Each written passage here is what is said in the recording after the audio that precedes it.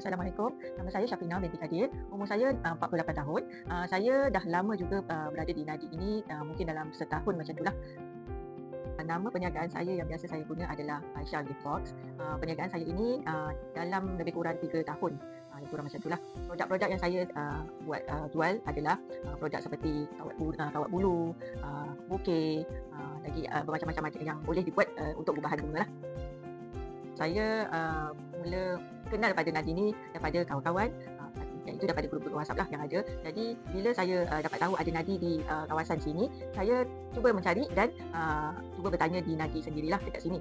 Jadi bila saya dapat tahu Nadi ada pelbagai program yang disediakan, terutamanya untuk usahawan-usahawan, saya terus menjadi ahli di sini.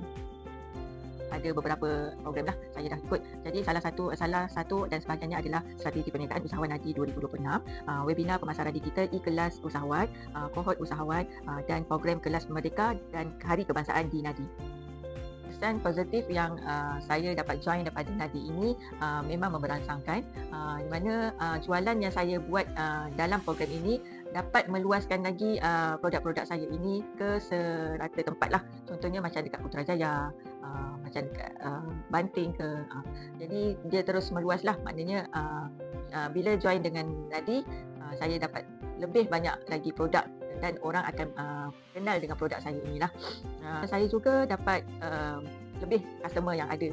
Tak semestinya ada customer yang ada di sekitar tempat ini.